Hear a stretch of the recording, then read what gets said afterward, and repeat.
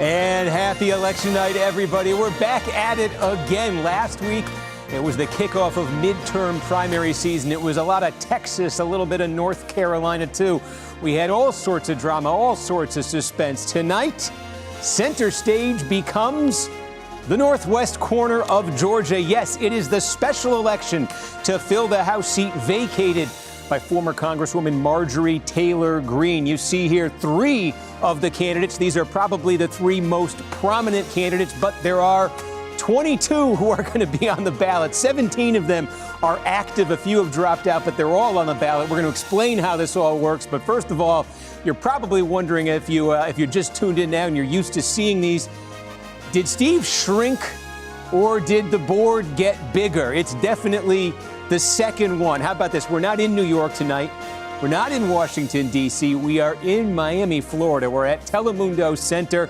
They told us to come on down, try one of these elections there, and they had a great studio to try it in. So this is just part of that studio.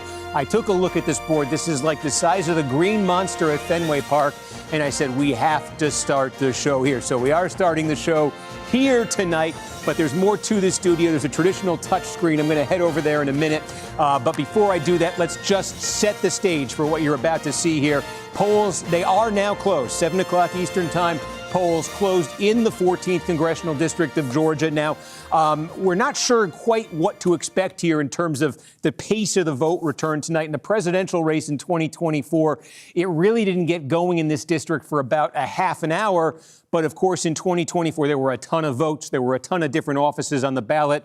You know, this is pretty much the only show in town here. There are some state legislative races as well here, but this is pretty much, it's a lot less in terms of being involved for election officials in 2024. So I want to see if maybe it goes a little bit faster here tonight. But again, just to set the stage for what you're seeing in this district, we may not have a winner tonight. This is a runoff situation. All candidates, all parties, Democrats, Republicans, there's libertarians, independents, they're all on the same ballot. Unless somebody gets 50% plus one tonight, an outright majority, this goes to a runoff in April. So it's likely that's going to happen.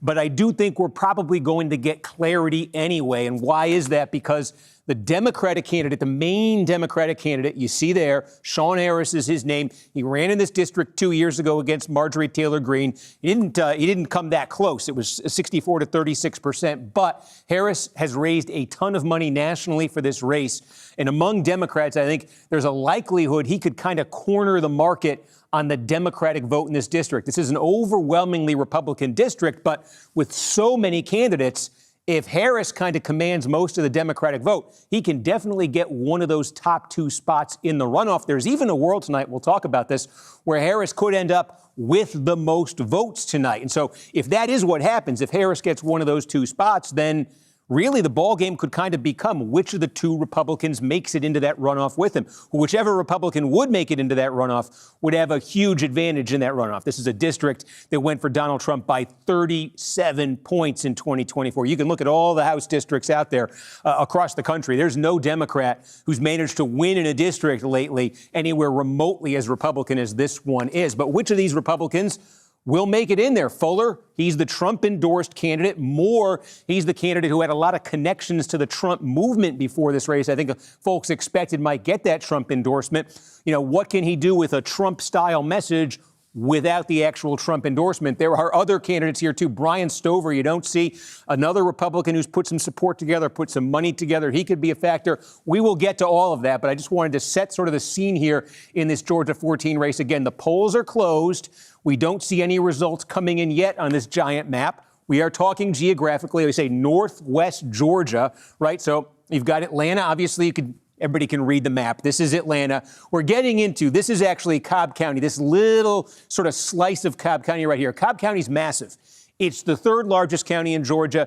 There's 750,000 people. This is a slice of Cobb County, but this is probably going to produce almost a quarter of the vote tonight just from this slice of Cobb County. And then right next door here, you've got Paulding County. Paulding County, you're kind of getting into the exurbs of Atlanta. This is where you're having just dramatic growth in the 21st century here in Paulding County. And Paulding County, it's still a Republican county, but I'm going to be very interested to watch it tonight because unlike most counties in America in 2024, Paulding County actually got less Republican. It got more Democratic. Trump carried it, but his margin was reduced here in 2024 compared to 2020. Again, it's because of the population growth. It's because of the folks who've been moving into Paulding County demographically more friendly to Democrats here. So there's a bit of a political transformation going on there. So I'm very interested to see what happens in the Paulding County portion of this district tonight. These two counties, Parshall, Cobb, and Paulding, could be like half the vote tonight.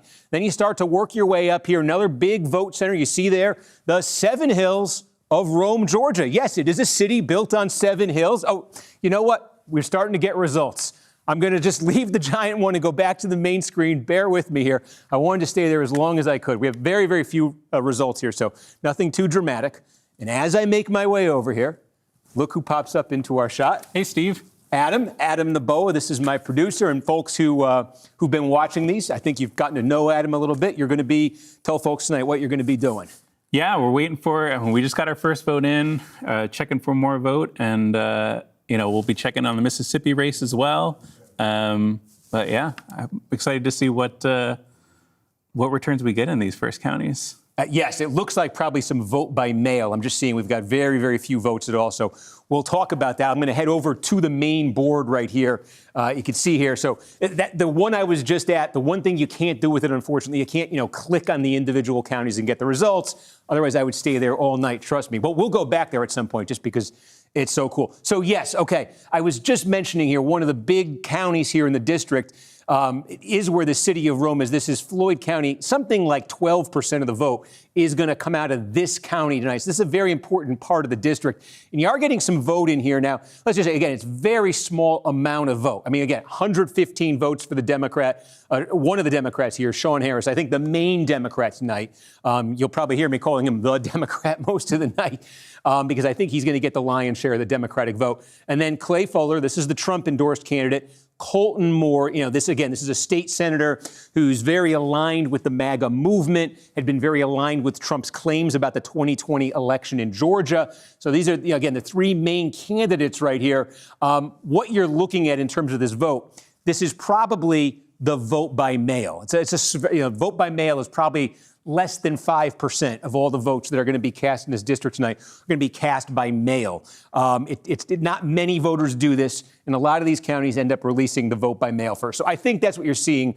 What do we know about the vote by mail? The one thing we know about the vote by mail in Georgia and basically everywhere, the folks who do it, much, much, much more likely to be Democrats than Republicans. So it's a very small share of the vote. It tends to be very Democratic, so it should be no surprise that in the vote by mail here in Floyd County, the Democratic candidate, the main Democratic candidate, is getting more than 60% of it. And again, take a look right next door here, south of Floyd County is Polk County. Now, this is much smaller in terms of population. Again, you're just looking at vote by mail. I mean, 44, less than 4 dozen votes we're talking about here. But again, you see Harris leading. This is Harris's home county, by the way. He is from Polk County, so he's got vote by mail he's going to do well in. This is his home county. He gets 44 votes here. Again, Clay Fuller, the Trump-endorsed Republican here. You don't see many other you don't see these other Republican candidates jumping up here. Jim Davis is one of the other Democratic candidates in this race. So he had 6 votes for him here. I think, again, we're going to be talking about Davis tonight. It would be a surprise if Davis is getting a big share of the vote district-wide. But again, we're looking to see how much of that Democratic vote comes behind Harris in this race. So again, it's just vote by mail. It's a very, very small sliver of the vote in 2 pieces of the county. Again, Polk of the district, like 5% of all the votes in this district are going to come out of Polk. Say about 12% are going to come out of Floyd County. And you're not seeing much right now. But anyway, we did get results. The whole point of this is to show you the results and to take you through them. So that's what we can tell you there. I'm going to pause and see if anything else comes in here in the next few seconds. And while I'm kind of keeping an eye on that, what I was going to get to and what I was going to show in the giant, the green monster, it's the green monster, except it's not green. What I was going to show you too was the other major race we're going to be monitoring tonight.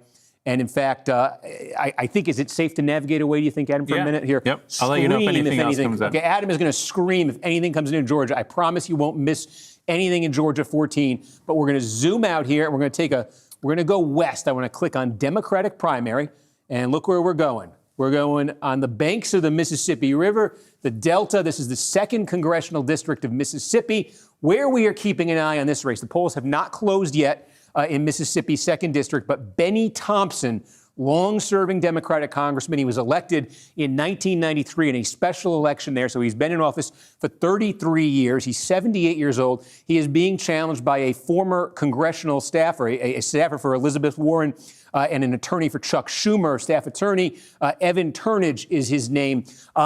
We have no idea what to make of this race. Certainly, there's been a lot of attention in the Democratic Party toward, the number of older leaders who are well into their 70s, even into their 80s, about sort of a desire. Is there a desire there in sort of the rank and file of the party to move on from that generation, to bring in folks who are much younger? Turnage he's more than 40 years younger than Benny Thompson. So we'll see. We'll see what happens when the results come in here. Again, this could be a Thompson landslide. This could end up being surprisingly close. We don't know what to make of it, but the polls are going to close there at 8 o'clock Eastern. So we don't have any results right now. We won't for a little while, but I just wanted to put that on your radar. That's something we are going to be watching as the night goes on. So with that in mind, I didn't hear Adam shouting at me to go back to Georgia, so I don't think we've missed anything too significant here, but I'm going to go. You got your shortcuts at the bottom. Shortcut. I need the shortcut. I was so lost in all these buttons on this. It says web widget. I still don't even know what it means. If I press it, could be catastrophic. So let's go back to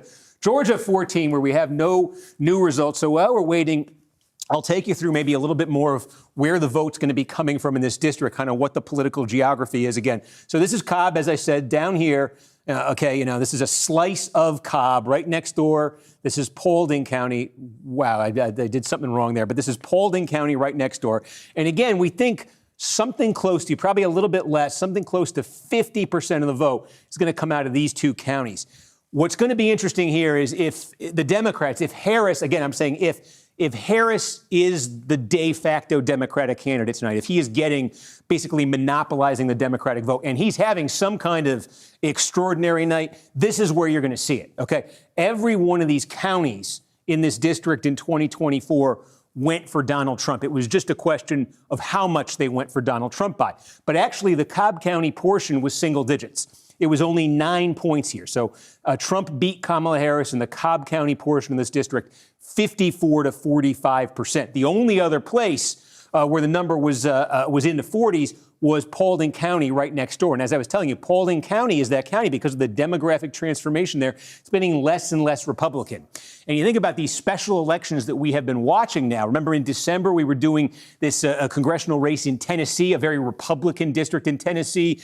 The Republicans won that special election that night, but the margin was reduced. It was reduced significantly from the 2024 presidential margin in the district. This has been the story of special elections of the Trump era, and certainly since Trump came back to office last year. Democratic overperformance. So taking like the 2024 presidential result in the district, which in this district would be 37 points, right? Trump won this district by 37 points in 2024.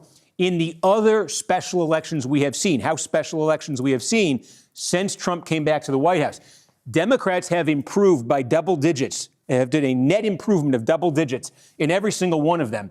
I see new vote just came in here, but basically it's between 13 and 23 points. So again, 37, if past is prologue, the Democrats can shave a good chunk of that 37 off, but to actually threaten to win this thing, to actually get close to 50, that's a whole other ballgame here, but we're getting more votes. So let's just find out what came in here. And Adam, it looks like it might have come more from Polk. Yeah. Okay. So now we have more than half the vote in from Polk County. And you see how things have changed. And this is significant for a few reasons here. Half the vote, this is probably what you're looking at now, is the early vote combined with the mail. And look at that, the Trump-endorsed candidate. I mean, this has been such we haven't known what to make of it, right? Because I think Fuller, he's a district attorney, okay? He actually ran for this seat back in when Marjorie Taylor Greene was first elected. In the primary, when Fuller first ran for this seat, he got 7% of the vote. He was a non-factor. He doesn't really sort of match the Trump movement stylistically, but he got the Trump endorsement. And look at this. Here in Polk County here, he's running way ahead, 44%. That's at least, we think that's about half the vote that's going to come out of Polk County. And Fuller's at 44%. And then a full third of the vote right here is Sean Harris, the Democrat. And so what you're seeing is I'm talking about Sean Harris potentially monopolizing the Democratic vote, the vote of Democrats, and to be running at 33% in Polk County. That kind of looks like is what's happening for Harris here. Fuller is getting right here the lion's share of the Republican vote here, right? I mean, outside of Harris, that leaves only 67% total, 44, that's 67% of the non-Harris vote is going to Fuller. So that Trump endorsement, just looking at the Polk, you're seeing that Trump endorsement really pay off, it would seem. And then we can go down here and take a look. Brian Stover, Brian Stover is a former county commissioner. He's a Republican. We have different shades of red and sort of red here for the Republicans. Brian Stover he's put some real money into this race. He's a former county commissioner right here in Paulding County. So you're not too far from his base here politically. And again, he's put some real money into this race. He's actually the second highest, top vote getter for a Republican in Polk County. Look who's running behind Stover even there, Colton Moore. Again, Colton Moore, there's been a lot of talk in this race about how this was a race between Colton Moore, who was sort of spoke the language, of the MAGA movement, versus Fuller, who wasn't a MAGA type kind of traditionally, but had the Trump endorsement. But look at that. Fuller is getting the lion's share of the Republican vote, and Moore isn't even getting second place among the Republican candidates here in Polk County. So that's very interesting to see there. And again, you just sort of take a look at Floyd County. We didn't get anything more besides that vote by mail. So again, we have a pretty good set of results here from one county in the district. This is one of the smaller components of the district right here. But there is Fuller. You see district-wide what that looks like with that vote put in there. In terms of what we're expecting the rest of the way, I told you, half the vote is going to come out of these two counties right here. Again, this Floyd County here is going to be about 12%. You're also looking, these three counties right here are probably going to be somewhere between 25 and 30% of the vote, 25 and 30% of the vote. So it's interesting what kind of the turf is geographically that this district encompasses. You're getting from the sort of suburbs and exurbs of Atlanta. You're getting to places where a lot of Atlanta commuters live, a lot of bedroom communities. You could get to Atlanta maybe in 30, 40 minutes from this part of the district down here. Then you start to work your way kind of to the northwest of Georgia. You got Alabama over here. And what do you have? You actually have Chattanooga, Tennessee right here. And what you're really talking about in this part of the state is you're talking about a lot of this is the Chattanooga metro area. So that's, certainly, you've got Catoosa County, you've got Walker County, each of those going to be close to 10% of the vote here. And then one that I want to draw your attention to that I think is going to be particularly interesting tonight, too. This is Whitfield County right here. The city of Dalton, Georgia is here. This is interesting because this county actually has one of the largest concentrations of Hispanic residents in all of Georgia. The history here is Dalton, Georgia, actually, it's been a manufacturing hub, particularly for floor coverings for carpets. I think it's like the carpet capital of the United States. And when that industry kind of was booming in the 70s and 80s, a lot of folks moved up. There were a lot of Mexican immigrants moved in. And so like the city of Dalton itself, very significant Hispanic population. The county itself, very significant Hispanic population. And actually, this was part of that story we told in the 2024 presidential election of Donald Trump making inroads with Hispanic voters. He won this county overwhelmingly. He won Whitfield County. Look, he's going to win. Trump won all of northwest Georgia overwhelmingly. He didn't just win the white vote in Whitfield County. He was making inroads with Hispanic voters to win by the margin he did there. So it's an interesting one to keep in mind. I mentioned Colton Moore, again, the state senator, the Republican state senator, who sort of was seen coming into tonight maybe as the main rival for Fuller. He represented until recently a state Senate district that basically took in these four, let me refresh this, that basically took in these four counties. So we don't have any returns from the four counties that were a part of his district. He also had a part of Floyd County as well. And again, we really don't it's the mail vote. We really don't have anything from Floyd County either. So the one thing I will say is, as low as those numbers are outside of this district for Colton Moore, we don't have anything right now. We're not looking at anything from his district. Obviously, he would, from his old state Senate district, he would want to see something very, very different there than he's getting so far in Polk County. So again, just to reset here. And we'll sit on we have no new numbers that have come in, right? Nothing yet. Okay, no. Yeah. So, right, I mean, I just think this is a very, it's small, okay? But I think this is potentially a useful barometer because this is sort of neutral territory politically. In terms of, Fuller is a district attorney. Again, he's from this very northern part of the district right here. This is not geographically sort of his obvious political base here. As I say, it is outside of the district of Colton Moore. It's next door to Brian Stover's political base here. So it's not naturally part of the political base of any of these candidates. Tom Gray, he is a pastor. He is from Cobb County. Just going through, see Jim Davis, he's another Democrat who's in this race. Jennifer Turnipseed, she's from a Republican from up in Walker County. Nikki Lama, he's a former councilman from Dalton. So this is not a county. It's small, but it's not a county where any of these candidates has that natural built-in political base, political coalition. And what you're seeing then is, okay, how has this county responded to this campaign? How has it responded to the Trump endorsement? How has it responded to the messaging from Colton Moore that, hey, Trump may be actually backing this other candidate, but I'm the true pro-Trump candidate? How's it responded to that message? It's responded pretty overwhelmingly for Fuller right here. And again, as we sort of had been expecting here, Sean Harris getting, kind of the lion's share of the Democratic vote right there. So let's zoom back out here. And I said it's a little, we didn't know what to expect in terms of timing. And I can tell you a little bit more here, maybe about the timing based on 2024. And I want to just see, I have some, I want to see how we're measuring up versus what happened in 2024. So again, we got, Polk was, that's interesting. So what we just got from Polk County, we got at what, like 7:10 p.m.? Probably 7:10 p.m. Polk came in. They're running 40 minutes ahead of schedule from 2024. So it wasn't until 7:50 p.m. This little piece of it we didn't get till 7:50 p.m. We got that early vote out of Polk at 7:10 this time. The other early places, relatively speaking, in 2024, we got Catoosa County. Okay, so we got Catoosa County. Get that one. Sorry, Catoosa, Walker County. I don't mean to confuse you there. We got them at about 7:30. In 2024. So we're coming up, I think, on 7:30 right now, sitting here at 7:22. If past is prologue, Catoosa might be coming next.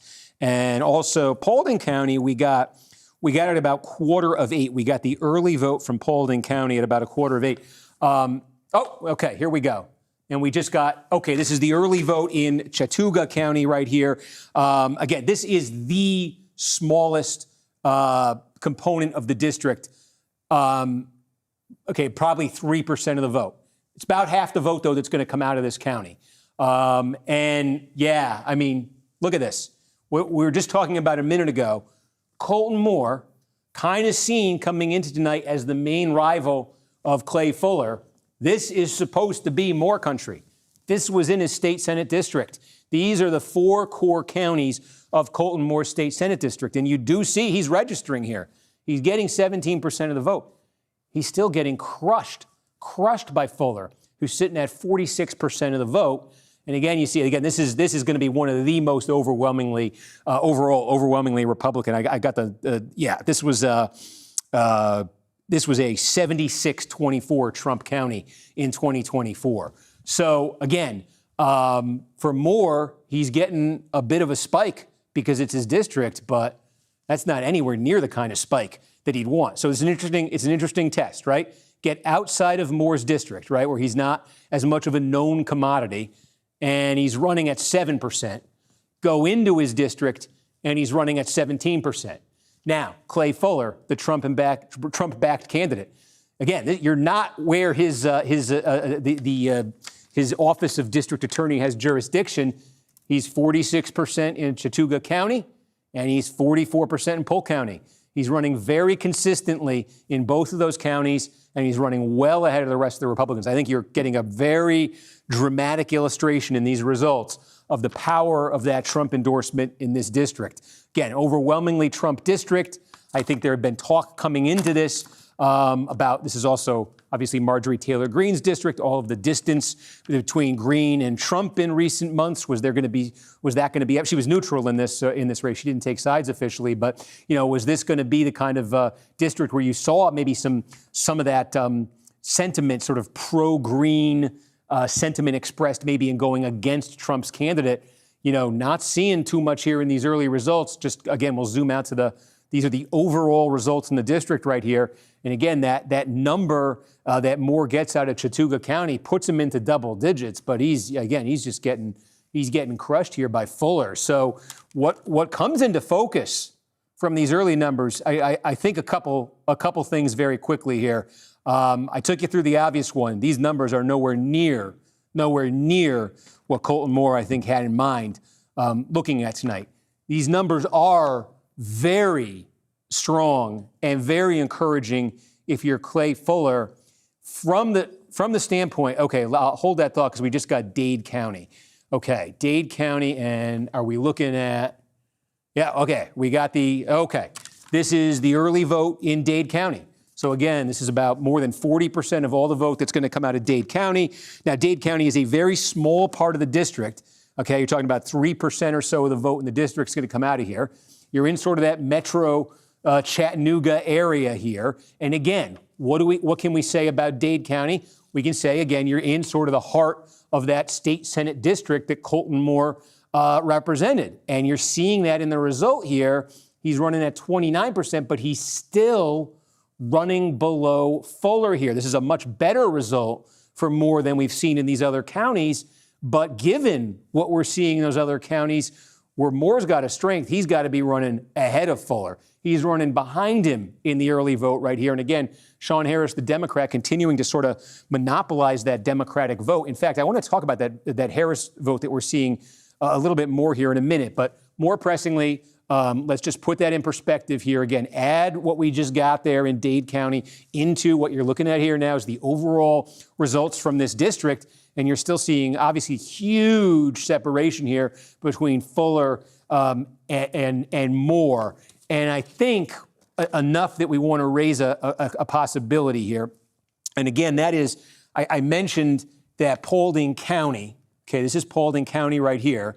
And this is going to be like a quarter of the vote in the district. You're talking about here, again, sort of the fast-growing, they've become suburbs in some cases, exurbs of Atlanta, okay, but it's very different sort of politically and demographically down in this part of the district than it is in sort of the far northwest portion of the district. What I'm trying to say is I don't think there was much expectation going into tonight that this was going to be a more stronghold down here as opposed to up here. And so if Moore is running at 17% in Chattooga County, if he's running just under 30% in Dade County, okay, I think if you're Moore's people, you're probably a little pessimistic. You're probably very pessimistic right now about what might happen down here in Paulding County. I think Paulding County is probably going to be, more favorable to Fuller. Now, as I said, there's another Republican candidate in here who's also from Paulding that could complicate this. But I think long way of saying, when that Paulding number comes in, and it came in relatively early in this district in 2024, is that a massive number for Fuller? Are we looking at Fuller? You see him running in the 40s right now. Yeah. We'll do a hit on NBC News Now coming up in a minute here. So just okay. Yeah, we're also doing NBC News Now is going to be coming to us different points. How much time do I have? You have about 2 minutes. Oh, so okay, a minute or two. If you watched last week for Texas, NBC News Now will come in here and there. I'm going to update them on what I'm seeing, so you'll probably hear me say some of the same things, maybe more concisely, but you'll get to see the hit with them. We'll come back right away and we'll pick this up. And I'll just finish this thought very quickly. I really think this really kind of focuses what we see here in Floyd County, yes, but also in Paulding County. Does Fuller... Can he get a monster number out of a place like this where you're outside of Moore's district, where you're demographically in a bit more I don't know if moderate's the right word, but it's a little bit different there politically. Can Fuller get a huge number there and start to flirt with 50%?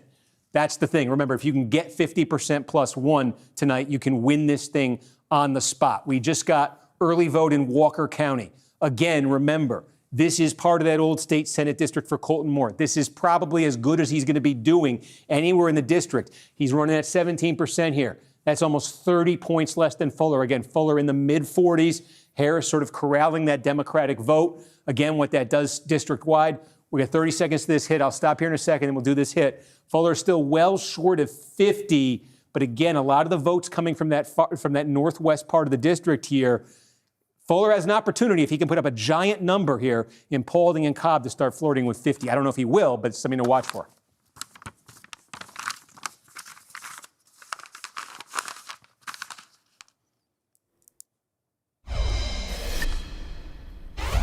We're back now, keeping a close eye on that Georgia special election in the race for the House seat vacated by Marjorie Taylor Greene. Polls are now closed, and these are the three leading candidates right now. It's a very crowded field of contenders, though. I want to get right back to Steve Kornacki. He is live at the big board for us tonight. So, Steve, let's take a close look at the numbers. What are you seeing so far? Yeah, Tom, I think right now it is a big night for Donald Trump and his endorsement in this district. Trump endorsed Clay Fuller in this race. Clay Fuller, one of several Republicans who are on the ballot in this. Remember, Democrats and Republicans, they're all running on the same ballot. The top two advance to a runoff unless somebody gets an outright majority tonight. And what we're seeing in the early returns in this district, about a little bit less than 10% of all the vote is in right now. We are seeing that Fuller has gotten pretty clear separation from the other Republican candidates here. Colton Moore, as a former state senator, was seen coming into tonight as potentially the main Republican rival to Fuller. We're getting returns from some of Moore's, sort of political base in this district, and he's kind of getting clobbered by Fuller. And in fact, we just got more votes that came in that have pushed Fuller up even more. I think, Tom, there's a possibility that what's sort of taking shape right now in the results that we're seeing, there is a possibility that Fuller could corral so much of that Republican vote that he crosses 50% and that he actually secures that majority and wins this race tonight. Again, what he really had to sell himself in this campaign was that Trump endorsement. That was the main thing that he ran on, that was in the advertising here. And you are just seeing dramatic separation between Fuller and all of the other Republicans here. The Democratic candidate sort of getting the Democratic vote that there is in this district. But I want to watch this in the next few minutes because Fuller's doing, I think, better than some expected and has a chance to cross that majority. At one point, Marjorie Taylor Greene was a close ally of President Trump, locked in there in the MAGA world, and then she had that big breakup, very public breakup with the president. Did she play any role in this special election now? Yeah, she stayed a bit off to the sidelines in this. She did not take sides in this race. She didn't make too many, explicit comments about it. But I do think in people's minds, certainly, she loomed large because I think a lot of folks were looking at this candidate right here, Colton Moore. Colton Moore, as a state legislator, had aligned himself very closely with Trump, with Trump's claims about the election in Georgia in 2020. He was sort of aligned with a lot of very pro-MAGA forces, and I think came into this race expecting to get Trump's endorsement. Didn't get it. It went to Fuller. But a lot of folks were looking at Greene, were looking at the idea of somebody who was conservative but had distance from Trump, and were wondering if Moore would do well tonight. There was a type of voter in this district who kind of was like Greene, conservative, but maybe had some issues with Trump. But you're not seeing it, Tom, in these returns so far. Again, some of these are from the most Moore-friendly areas of the district, and he's getting clobbered. All right, Steve Kornacki, always great to have you. We're going to turn now to Top Stories News. Okay. So that's it. A little bit behind the scenes. We just did a hit there. You heard what I said. And it's just, I think what happened was we got Floyd County. Was that the main thing? Yeah, it was the Floyd early vote. Okay, it's the early vote in Floyd, and it's actually, this is interesting. Are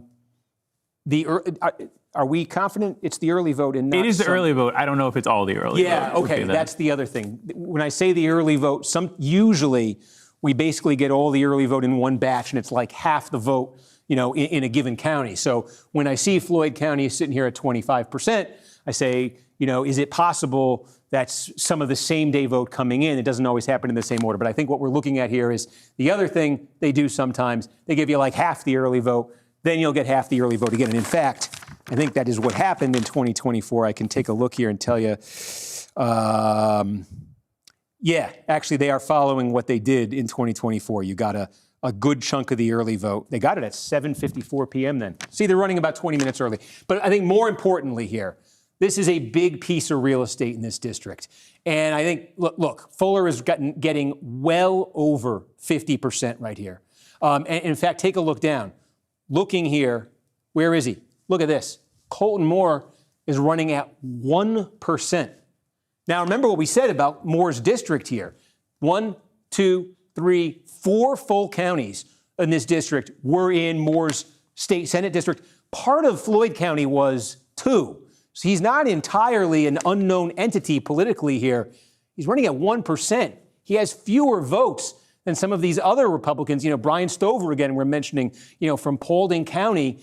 But Fuller is just getting the absolute cornering the market pretty much here on that Republican vote. Well over 50%. And again, we got Cobb County, Steve. We got Cobb. Okay, this could be, let's just go right to it. What do we got in Cobb? This is the early vote in Cobb. Okay, now remember what we said about this. This is the one part of the district where it was single digits in the 2024 presidential election. This was Kamala Harris got 45% of the vote in this part of the district in 2024. Tonight, Sean Harris, the Democrat in this part of the district, is getting almost 10 points better than that. Remember what we said at the start of the broadcast tonight. The Democrats have been overperforming in all of these special elections. Their voters are so motivated to participate. They're so energized. We've been seeing this in race after race. I think we're seeing it again right here. This is the closest thing there is in the district to a Democratic-friendly area. And look at that. Again, the main Democratic candidate here, at least in the early vote, is running over 50% here. Fuller running in second, but that's a very distant second. And so what that does to the district-wide vote is, what that does to the district-wide vote is so much vote there. Remember, that Cobb County is going to be a little bit less than 25% of all the vote. We just got, 25% of all the vote could come out of Cobb tonight. We just got half of that Cobb vote right there. And Harris, you saw, getting more than 50% of the vote. So Harris actually takes the lead here district-wide. You got some more in Floyd and Whitfield as well? Yeah, we got Whitfield. This is probably, this is interesting because remember what we were telling you about Whitfield County here. This is where the city of Dalton, Georgia is. And I just want to make sure I got this correct here. Right. The Democratic vote here, there is a large Latino population here, like about 35% of Whitfield County as Latino. It's one of the largest concentrations in Georgia. The Democratic vote here, the Kamala Harris vote here in 2024 was 28%. And, it looks like in much of the early vote here, we think this is early, right, Adam? Yes. Yeah. Yep. Look at this. The Democratic, Sean Harris, the main Democratic candidate, running more than 20 points above that Kamala Harris number, puts him over 50%. In Whitfield County. That's going to be very interesting to see if a performance like that for Harris persists as the night goes on. We're accustomed to seeing the Democratic candidates run in these special elections, be running 7, 8, 9 points better than Kamala Harris ran. That's about what we're seeing down there. I just showed you in Cobb County. This is significantly north of that. That's a very interesting result we just got there from Whitfield County. There's still a lot more to come there, but what that does district-wide is that puts Harris up there at 45% of the vote. And I think it makes the picture here in Paulding County more interesting because a minute ago when I was talking about Paulding County, I was talking about it from the standpoint of, could Fuller here secure a massive number? I want to know what Harris's number is going to be out of Paulding County, okay? Think about this. In Paulding County in 2024, okay, this was the presidential result. This was Trump. This was Harris. It was 41%, 59%, okay? And again, remember what we're seeing. Right next door in Cobb, right, it was 50. Harris's number was 45, right, in 2024. What do we see Harris at there in Cobb in the early vote? He's running, close to 54%. He's running like 9 points better, right? What do we see up here? We saw Harris with 28% of the vote in 2024. We just saw in the early vote, Kamala Harris with 28% of the vote. We see Sean Harris with 51% in, looks like, some of the early vote in Whitfield County. What happens down here in Paulding County? Again, like a quarter of the vote is going to come out of here. Is he, based on Cobb, he should be at 50% or better. Based on Whitfield, if that's something you can use as a point of comparison, he could be significantly over 50. Again, we're seeing that huge Democratic energy, huge overperformance here. We just got new vote at him. Where was it? Catoosa. All right, we got more vote from Catoosa County. Okay, did we had shown Catoosa earlier. Was it the mail that we had shown up there? Yeah, I think so. This was about 4,300 votes, Okay. 4,300 votes. How did it break? Fuller gets about 1,800 and Harris gets about 1,500. Harris gets about 1,500. Okay. So again, about a third of the vote in Catoosa County. Again, what was the Kamala Harris? We're starting to do this. What was the Kamala Harris number here? Was 27% was what she got here. Remember, she lost this district by 37 points. So she got 27. Harris is running, if you round that up, at 35% right now in Catoosa County. So, 8-point jump from the Harris number. Again, we said about a 9-point jump from the Harris number for the Harris. I'm going to really confuse this with Harris and Harris. About a 9-point jump from the Kamala Harris number. What you're seeing for Sean Harris down there around Cobb. Much, much bigger jump in Whitfield County. Again, if we could just take this through here, Floyd County, Harris running at 52% now. We got more. We got same day there in Floyd County. And again, okay, what was the Kamala Harris number in Floyd County? 34%. So that is an 18-point jump for Harris. If you wanted to do this across the board, okay, when I say 37 points, it was 68 to 31 in 2024 in this district. That was Donald Trump, 68 to 31, right? So you could do the math. You would need to get from 31 to 50. That number, that Kamala Harris number, generally would need to go up 19 points. Now, if there's a Democratic victory scenario anywhere, it's going to be uneven. It's going to be higher some places, lower others. But just to put that in some perspective, you would need to be on average doing 19 points better than just that Kamala Harris number. So this is, to be sitting here, a Democrat getting a majority of the vote with the early vote counted in Floyd County. That's a huge number for a Democrat. That is an 18-point jump over the Kamala Harris number, right? Again, take a look down here. The Kamala Harris number was 45, so this is an 8.5-point jump, over the Kamala Harris number. Again, needs to be, if you're a Democrat and you even want to be talking about a winning scenario, you need to be at like 19, in a place like this. We could take a look at Polk. 33% for Sean Harris here. That's a 10-point. Kamala Harris got 23% of the vote here. So Harris is running. Sean Harris is running about 10 points better than that. Where else do we have most of the vote? Adam, do we have like half here? Yeah, Dade. I mean, again, this is super, super Republican. 21% of the vote is what Kamala Harris got here. So Harris ran out. So he's not, with the exception of what we're seeing in Whitfield County, with, we think, some of that early vote, and what we're seeing here in Floyd County, Harris is not really anywhere near the ballpark he would need to be flirting with 50%. But he is running significantly above what a Democrat would normally do in this district. And again, that has been the story in all of these special elections for Congress that we've been seeing.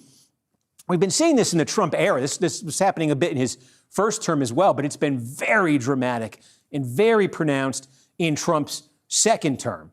So again, if the number in this district ended up being, if the Democrats got 10, if Harris got 10 points more can finally say this, 10 points more than Kamala Harris. I'll say this straight. That would put him in the low 40s district-wide. But she got 31. If he got 10 more, he'd be at 41.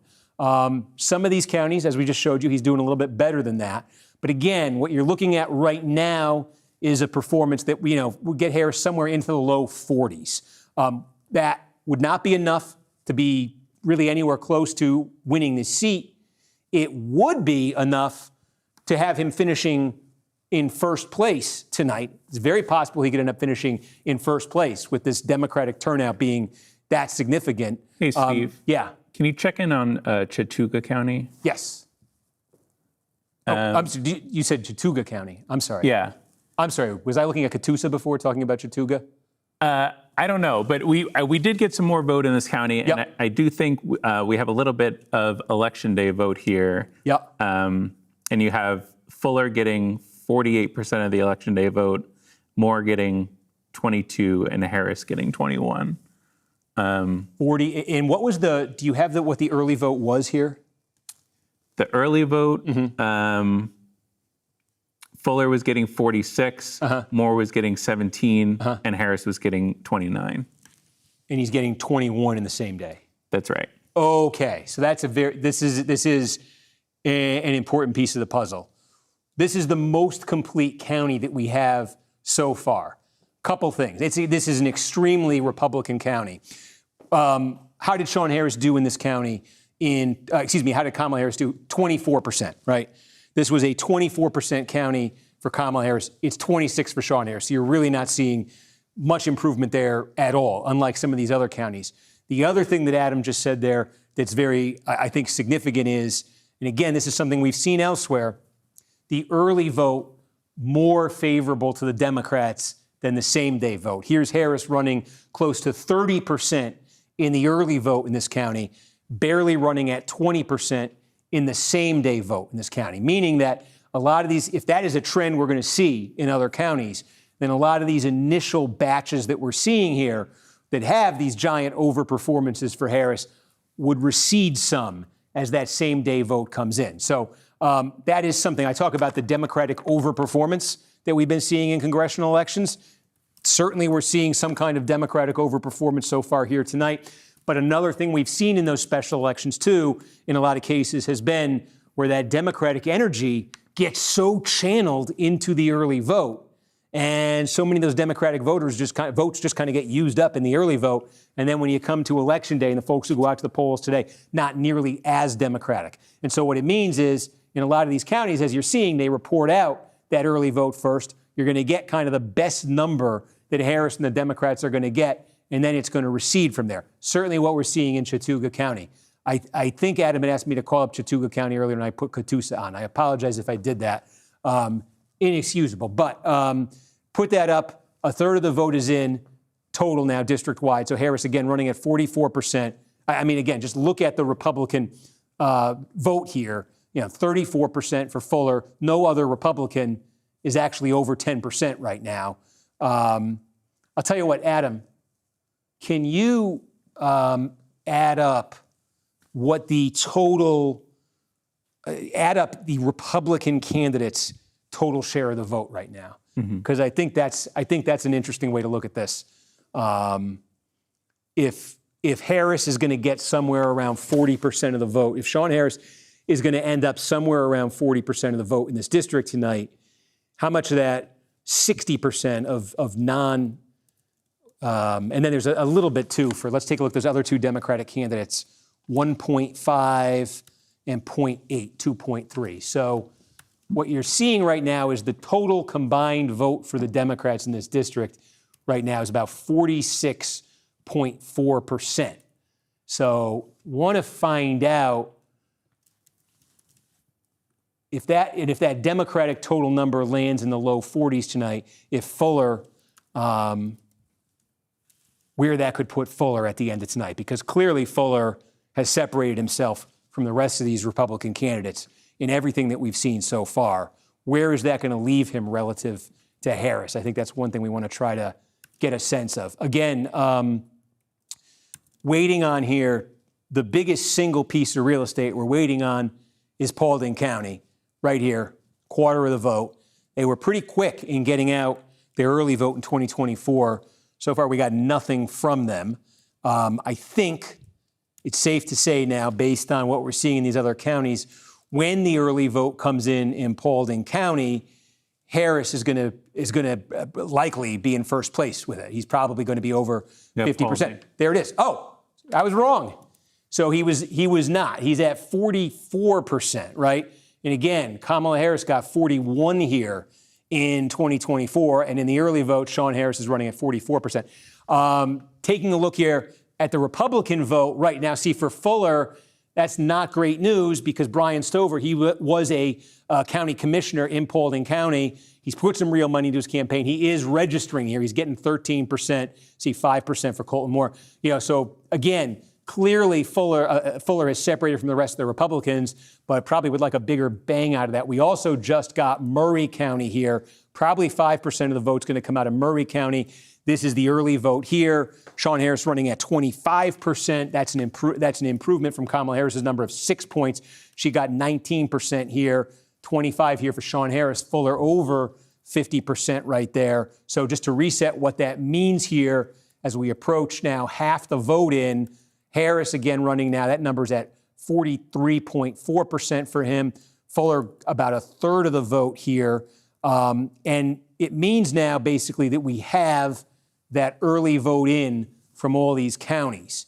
And if Harris recedes in the second half here a bit, there'd be an opportunity there. We just saw from Adam that the numbers Adam gave us, Fuller was doing fine with the same day vote. But I think you're really looking at a scenario here where, Harris has a shot at finishing first here in this, and Fuller having clear separation from the rest of the field. And if it does end up being Harris and Fuller going to that runoff, obviously in a district like this, Fuller would be the prohibitive favorite. Do we have that number we were talking about? Yeah. So overall, for add up all the Republicans, add up all the Democrats, we're at 54-46. 54 to 46 right now, and Fuller is getting 32. It's So one way to look at it is that Fuller is basically getting 60% of the Republican vote. Okay, they're all on the same ballot right here, but about 60% of the Republican vote is going to Fuller. So again, now as the back half of what's going to start to happen here is the same day vote is going to fill in. And again, if Fuller's running at about 60% of that, if that gets a bit more Republican, this number can climb in the 30s for him. But no, I mean, I was looking at this earlier thinking, I don't know what I was thinking. He was not going to get close to 50. He's going to clearly have separation from the rest of the Republicans here. But Harris has an opportunity to finish first with this, Adam. What do we have right now, like same day early split? The biggest batch is from that Chattooga vote that we were talking about earlier. We got about 200 election day votes in Floyd County. They look a little bit different, but again, it's 200 votes there, so it's hard to tell what's really going on. But yeah, I'll let you know if we get any more. Okay. And what are we coming up on 8 o'clock? So we're 7 minutes from the closing of the poll in Mississippi. I'm going to just take a sip of water right here, if you don't mind.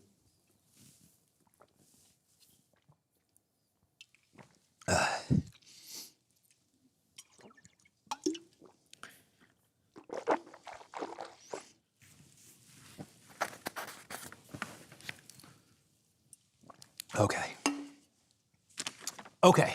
Thank you. I need to get a little bit of that. I should set this back to district-wide. So, okay. No, it's a pretty clear picture, I think, now that's kind of emerged here, where I think you're seeing another Democratic overperformance in a special election. Again, you said if we add them all together, remember there are a couple other Democratic candidates, that's a Democratic vote total in this district that's running at 46%, that we think if what we've become accustomed to, where the same day vote, is a little bit less friendly to Democrats, that Democratic share comes down. But again, you're talking about a district where Kamala Harris got 31% of the vote in 2024. So, and for that matter, Sean Harris running against Marjorie Taylor Greene in 2024 got 36% of the vote. It was 64 to 36 back then. So if this combined Democratic number were to land, 43, 44%, if Harris were to land at 40, 41%, something like that, you're looking at a net improvement here that would be right in line with the special elections. I don't want to navigate away from the results, but I do want to. Can I show that chart? Is that teed up in there? Yeah, that should be in there. This I just want to show you this as perspective. I hate going away from the results, but I want to show you one thing quickly. As you look at this result here in Georgia 14, here is the context I think that's important for it. Let me just put this up on the screen right here. These are all of the special elections, the House special elections that have happened before tonight, right? And so what you see here is what happened in the special election and what happened in the 2024 presidential election, right? So this was, last year. These are since Trump came back to the White House twice, two districts in Florida last year. Here's one, the first district. Trump had won it by 37. The Republicans won the special election, but they only won it by 15, right? So what is that? A net 22-point shift toward the Democrats, okay? Trump 30, Republicans held it by 14 points. Net shift there, 16 points to the Democrats. Democrats in this special Democratic seat, Harris had won it by 34. Democrats win by 50 in the special, 16 points, right? Democrats 22, Democrats 40, 18-point shift. And then that Tennessee one in December had been Trump 22, Republicans held, shift of 13, right? So every one of these races, it's a net shift in the Democrats' favor of somewhere between 13 and 22 points, right? So now, don't want to be off this a second too long as we go back here and we just got vote. Remember, it was 67-31 in this district for Trump, okay? 68-31 for Trump in this district, a 37-point margin. And the range we've been seeing is a net improvement for the Democrats of between 13 and 22 points. So if you applied that here, you'd be talking about anywhere from 15, right, 24, some kind of margin in that area here. If you apply that kind of shift, and the Democrats, we've got some more vote too. What did we get, Adam? We got some more vote out of Catoosa and Walker. I don't think it's election day vote. I think it's more early. But yeah. Okay. About 4,000 votes overall. Okay, and again, we're talking about Colton Moore's district here. We're talking about Fuller running at 42. Harris at 34 it was 27% is what Kamala Harris got here. Walker County, you're talking about Sean Harris getting 27% here. Again, this is pretty much level with 2024. It was 26% is what Kamala Harris got here. So you're seeing this Democratic sort of surge here. It's not even. It's not happening. We definitely have seen it here in Floyd County. That Harris number now sitting at 49% in Floyd County. We had seen it over 50 earlier. So again, I think that speaks to that same day vote coming in a little bit more Republican friendly. The Harris number coming down there, but still, that's a big Democratic overperformance. We haven't got anything more here. This would be a big Democratic overperformance. This would be a very big Democratic overperformance in Cobb County. And this in Paulding, we go next door, for Harris is not a huge overperformance. I thought, based on what we were seeing elsewhere, this number would be higher. The two other Democrats getting 3.5%. So the Democrats combined getting about 47% of the vote in Paulding County. Again, where Kamala Harris got 41%. They did characterize that last batch of votes from Walker as election day. So I do have like an updated composite election day number now. Yeah, what do we have? Fuller getting 47% of the election day vote. Harris getting 21%. And then for comparison, the early vote, this is amongst all the counties, not just the counties that are reporting election day vote. It's 44 Harris, 32 Fuller. Oh, wow. Yeah. Okay, that's a pretty, so let me, excuse me. That's a pretty dramatic shift right there, right?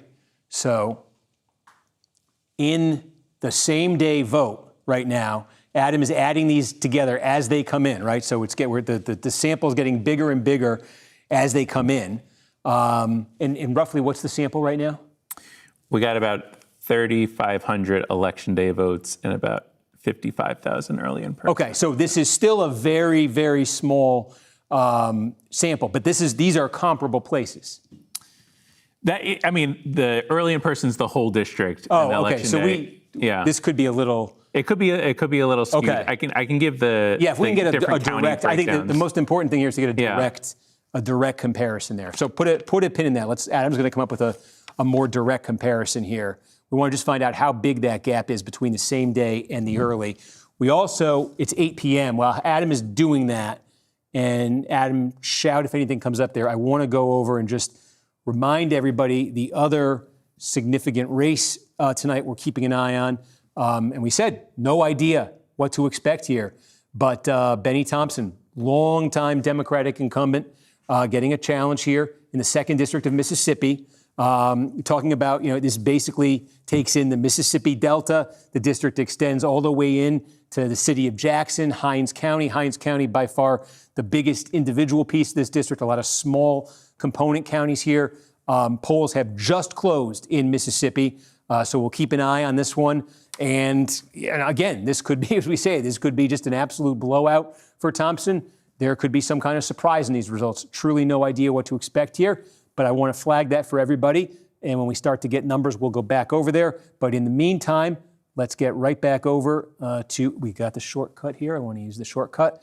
42-33. We got now half the vote in here, district-wide. And we can see, I don't mean to interrupt you, Adam, but did we just get a new report in? Yeah, and we can look at Chattooga County. So we got more election day vote out of Chattooga. Okay. We have about 1,800 election day votes and about 1,800 early in-person votes. Oh, good. Okay. The early vote broke 46-29 for Fuller over Harris. Okay. And the election day is looking 47-20 Fuller over Harris. Okay. Yeah. So this is a good sort of comparison. I think it's apples to apples here in the same county here, and with similar sort of samples of the vote here. It was a 17-point margin for Fuller in the early vote, and it's a 27-point margin for him in the same day vote. So that's the kind of difference. And this is one county here. We'll see what this looks like district-wide here, but a 10-point difference here in the Republicans' favor. As more votes have come in Chattooga County, that gap between Fuller and Harris has gotten bigger because those same-day votes have been more friendly to Fuller, more friendly to the Republicans, less friendly to Harris, less friendly to the Democrats. So again, this is a small county here, but it's our most complete county, and it's the one we are best able to make that comparison between the early vote and the same-day vote. And again, just you're talking about a place where the Kamala Harris vote was 24% in 2024. So you're not seeing a big Democratic overperformance there. You're not seeing a big overperformance for Harris there, as we are in some of these other counties. Again, zoom that out district-wide. And did we get some more besides Chattooga? We got a little bit more out of Floyd. Okay, so we'll go into Floyd and take a look here. And again, we saw when the early vote came in here, I think a similar. Do you have a sense how many same-day votes are here, Adam? I have it in here as 800 same-day votes. Okay, and how is it running? This one is 46 for Fuller, 23 for Harris, and Harris won the early in-person 52-33. Okay, so the sample here of same-day votes is much smaller, which means we need more to say. But that is a bigger potential shift, at least with that small sample between the early and the same day in Floyd County here, where again, if you remember when Floyd came up, that's where we were looking at the Harris number, the Kamala Harris number, the Sean Harris number, and saying, wow, that's the kind of improvement Democrats would need each county in this district if they were actually going to have, a chance to win it. Now, Harris was over 50 then. Now he's come down under 40. So again, we'll just kind of zoom back out, half the vote again here. But look, the questions we had coming into tonight, would there be a Democratic overperformance? Would Harris consolidate the Democratic vote? Clearly. Would there be a Democratic overperformance, as we've seen in other special elections? I think we're clearly seeing that. It's uneven in this district, but it's been uneven. We've seen that in other districts, too. Would that Trump endorsement of Clay Fuller allow him to really consolidate the Republican vote? Fuller is winning 60% of the Republican vote in this district and has clearly separated himself from the other Republican candidates. Again, look, Moore and Stover, those are the two Republicans who had the most sort of the most support, most money, the rivals, I should say, of Fuller, who had the most support and the most money. Together, they're not even hitting 15% here. So Fuller is more than doubling them up combined. A couple other candidates. You want to see all 17 here? We could just go through. Tom Gray, again, he's a pastor from Cobb County, getting about 3% of the vote right now. One of the other two Democrats in this race, Nikki Lama, was a councilman up there in Dalton. So again, just taking you through every name that's on the ballot here. A lot of local politicians saw opportunity here when this race started. But Fuller has clearly, that Trump endorsement has clearly paid off, has clearly given him the lion's share of that Republican vote here. And we're just in a game here, I think, right now where our decision desk, have they given us any guidance or any kind of No, just still too early for a call for them. Yeah. I mean, what they're looking at right now, as we say, is they're looking at exactly what we're trying to kind of go through, me and Adam right here, what that same-day vote looks like. Is there any world where that same-day vote, could conceivably get Harris, over 50%? Is there any world where that same-day vote is just so overwhelmingly Republican that Fuller is able to make a move up there somewhere close to 50%? But I think where we are in our heads right now, me and Adam at least, as we look at this, is who's going to finish first? Is Harris going to finish first? Is Fuller going to finish first in this thing? And again, that Democratic number, that Harris number, I should say, just based on what we've seen so far in the results tonight, and based on what we've seen in all those other House special elections, that's that if he lands at 41, 42%, that would be in line with what we've seen. That would be in line with it. It'd be one of the bigger shifts, I think, too, that we've seen in these special elections. But it wouldn't be totally out of the blue, so to speak. So just looking at that, seeing nothing has changed here in the last couple seconds as I've looked at it. So let me zoom out and just take a trip over to Mississippi right here and just see if how do I do this? Okay, see if we have anything early in that race. No results yet, okay. I'm just looking to get some numbers to you guys. We have nothing there yet, so let's go back out. Let's go back to Georgia 14. We just got some more vote here. Adam, where did it come from? Polk. Okay, we just got more vote from Polk County. We're now most of the vote. We still have some coming in, but we got a big chunk of the same-day vote here now. Remember, we saw early on, this was one of the first counties we got some numbers from. So Harris running at 28% here in Polk County. The Kamala Harris number was 23%, so that obviously is a 5-point jump there towards the Democrats. Clay Fuller at 46. Is this one, Adam, where you can give us a same-day early split? Yeah. We may have a fair amount here. Yeah, so on the Election Day vote, we have it breaking for Fuller 49 to 21 for Harris. Uh-huh. And the early was 45 for Fuller, 33 for Harris. Okay, and this is, again, we got a pretty good sample of the same-day vote here, right? Yeah, this is about 2,000 same-day votes, and there was about 3,000 early in person. We think there might be some more same-day coming out of Polk, but it's a good chunk of what we're expecting. Okay, so a 28-point margin for Fuller with the vote that was cast today, a 12-point margin for Fuller over Harris. Steve, with the vote that if you go back to the main overview screen. Oh, we've made a characterization. There, that's what I was hoping that would have come 3 minutes ago, but there it is officially, folks. This is important. NBC News is now characterizing and is projecting that this race will go to a runoff, that both Sean Harris, Democratic candidate, Clay Fuller, Republican candidate, will secure the top 2 spots. No one else can get up into that one of those top 2 spots. And these 2 candidates will advance to the April runoff. So again, that's NBC News' official characterization based on all the stuff that me and Adam have been working through right here. And again, they're not making any characterization about first, second place here, right?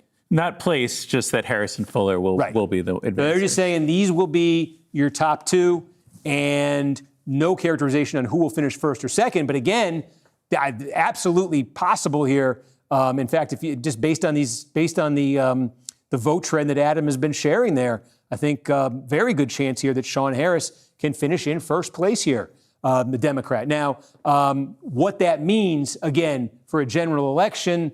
For the runoff election, again, it'd be Harris, it'll be Fuller in the runoff election. The political terrain here is a district that Donald Trump carried by 37 points. So I showed you that chart a minute ago. And in fact, now that I'll go back there because instead of trying to explain it, why don't we just put it up on the screen?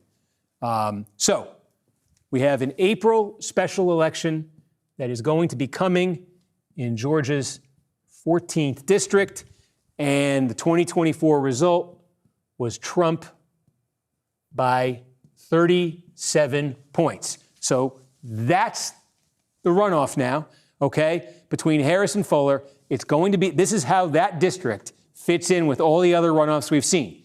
And again, we're saying the Democrats, general elections we've seen, special elections we've seen, the Democrats have been overperforming. Have we seen a special election in a district like this? Yes, we have. In fact, this was the biggest Democratic overperformance in any House special election since Trump came back to the White House. It was in Florida's first congressional district. It was in April of 2025. It is a Trump plus 37 district, just like this one, just like Georgia 14.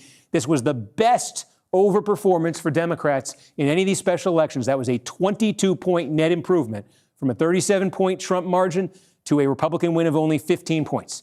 So again, if this runoff in Georgia 14 matched that, which was a very strong performance for a Democrat, this would still end up being a solid double-digit mid-teens victory for the Republicans. So that is the kind of challenge that Sean Harris now has going into that special election.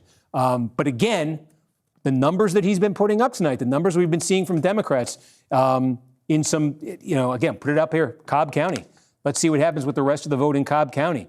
But some of these numbers that Harris has been putting up are consistent with that national story we've been telling of Democratic energy. But make no mistake about it, Clay Fuller, the overwhelming favorite heading into that special election, just based on the makeup of this district. And it speaks to the power, it would seem, of that endorsement from Donald Trump. We say Fuller is commanding about 60% of all of the Republican vote right here. So Adam has been showing you again, as the same day vote ticks in, Fuller's doing better with it than in the early vote.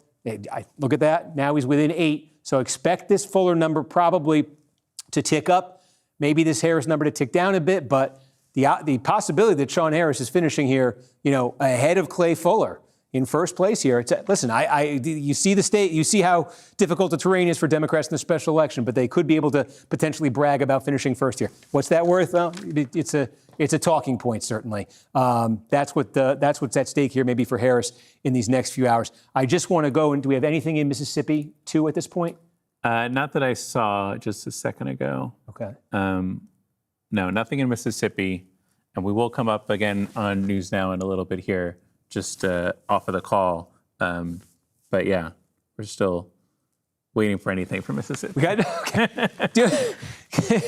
Do we have, you don't have it in front of you, what the vote log was in Mississippi in 2024, do you? No. I'm just curious if that's... So folks, let me just take you through what is happening here. No results yet from that Mississippi 2nd District. We were hoping that these two things would go a bit in tandem right here. We've gotten you through now to the call in Georgia's 14th District.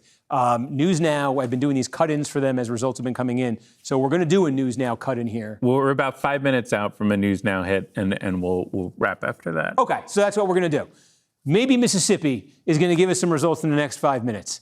I don't know if I like our chances there. But we'll see what happens in the next 5 minutes. But basically, we're going to do a hit here for News Now that wraps up everything here. I'll tell you what.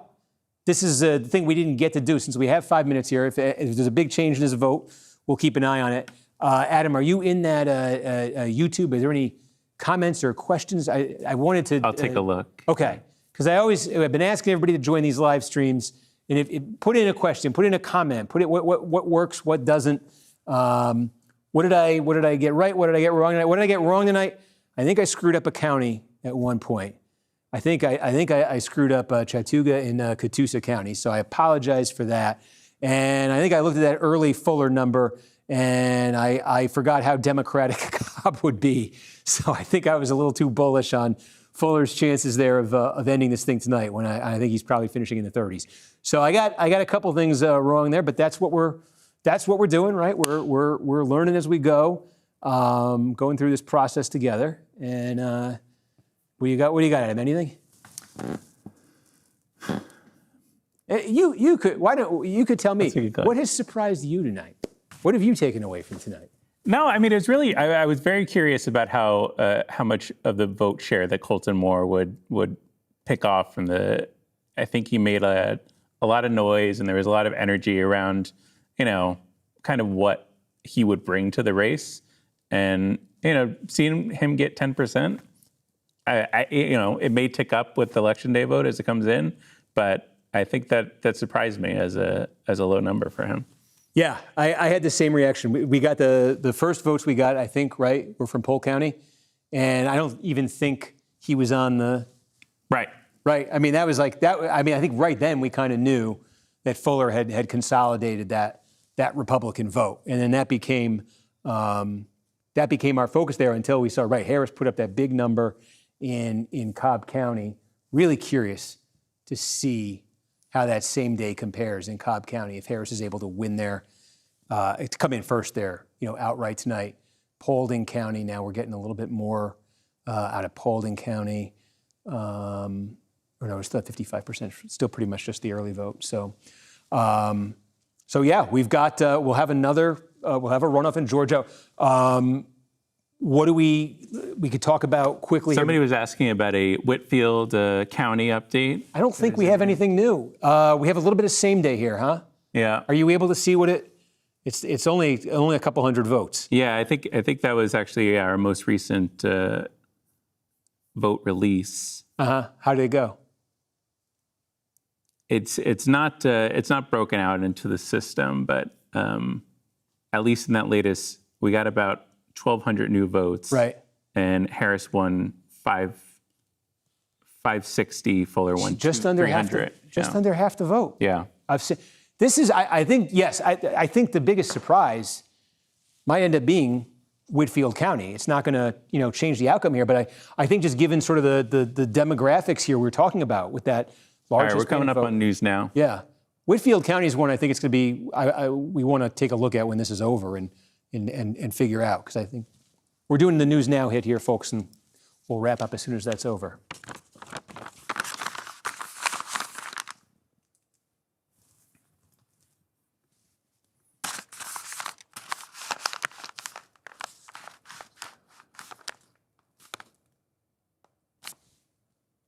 I think they said about 2 minutes, right? Okay, yeah. So we got 2 minutes. I'll just tell folks here, I know we'll wrap it up after this. I appreciate everybody watching again. These are sort of an experiment here. We're doing these, I'm doing as many of these as we can, and we're hoping you join in and you enjoy them and everything. We're going to do one, I think, next week, right? Yep. So next week we got the Illinois primary. We got big race for U.S. Senate there, very competitive Democratic primary for the U.S. Senate in Illinois. Got some competitive congressional elections. Primaries, I should say, some primaries for the U.S. House. Jesse Jackson Jr. trying to win back his seat. Make a comeback. Certainly his father just passed recently. A lot of attention on that family. He's trying to try to win back that House seat he previously had for 16 years. So that'll be next Tuesday. I'll relentlessly promote it again, and I hope you'll join us for that. We had a ton of fun here at the at Telemundo Center in Miami. I'm sorry I didn't get to use the Green Monster a little bit more. I just see I'm watching News Now here. Aaron Gilchrist is just finishing up talking to Gotti Schwartz there, and then they'll come to us. We're gonna do these all through to primary season. Right through the summer. We'll have Maine this summer at some point. I know we talked about that. We did just get a little bit more votes somewhere. Where was it? Some more Murray and some more Whitfield. Oh, we got more Whitfield. Yeah.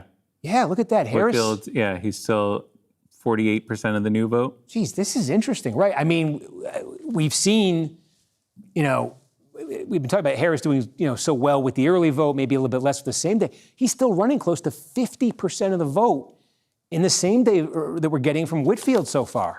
This is not a toss-up county right here. This is a very interesting result.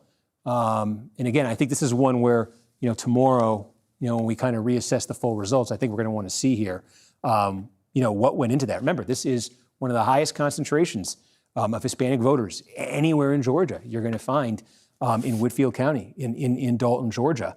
And you're seeing really big overperformance there for Sean Harris, the Democrat tonight. Just checking here if we have anything new in Cobb. If we have, that's Paulding is where it was before. Floyd, we're still. The general questions are, how does this change your thinking about the midterms? Or, Georgia will have a competitive Senate race, coming up this year. Oh, I got standby. Here we go. NBC News chief data analyst Steve Kornacki over at the big board. Steve, this is a lot of buildup, a lot of computing, and then all of a sudden we have a result very, very quickly. Are you surprised at the numbers that we're seeing so far? I think a little bit for two reasons, Gotti. Look, I mean, Clay Fuller, the Trump-endorsed candidate here, I think there was an expectation, certainly, he was the favorite among Republicans to be the top Republican vote getter. But I think the distance between Fuller and the other Republican candidates here, Colton Moore was sort of seen as the top rival to Fuller. It's not even close between the two of them. I mean, you can see here, Fuller, about 34% of the vote, Moore barely over 10% here district-wide. So I think the power of that Trump endorsement to really unify the Republicans around Clay Fuller. Again, Fuller had run for this seat a couple years ago. No Trump endorsement. He ran in a Republican primary. He got like 6-7% of the vote. Turns around now, gets the Trump endorsement. Look at the difference. I mean, it's the power of that Trump endorsement here. So I think that, and I think, again, looking here, Sean Harris, the distinct possibility, Sean Harris, a Democrat, finishes tonight with the most votes. He will be the prohibitive underdog in the runoff. This is a district Trump won by 37 points, but Harris really consolidating the Democratic vote. And there are some places in this district where, in particular, Harris has dramatically, and Democrats, I think, have dramatically overperformed. I think that's in line with a story we've been talking about here in this second Trump term, Gotti, where the Democratic base, Democratic voters, are very energized. And I would say that the results are still incomplete from this county up here, Whitfield County, where Dalton is. But this county is interesting because it has one of the highest shares of Hispanic voters of any county in Georgia. And currently, at least, Harris is overperforming. Harris, the Democrat, is overperforming more here than in any other county in this district relative to 2024. Again, there are still some results to come, but these numbers have been getting our attention from Whitfield County tonight. Yeah, it's tough to know what's going on because, as you said, 2024, 37 points is, I mean, you could make some gains, but are you making 37 points worth of gains is the big question. And for those that aren't, into the weeds with the numbers, they're going to be tuning in and they're going to be like, wait a minute, Sean Harris, 39%, he's beating a Republican in Georgia. Oh my gosh, what's going on? Can you just explain the craziness of the jungle primary for those that don't live in a jungle primary state here? Yeah, I mean, it's a special election to Congress, so it's a little bit different here. But everybody, Democrat, Republican, Libertarian, Independent, they all run on the same ballot.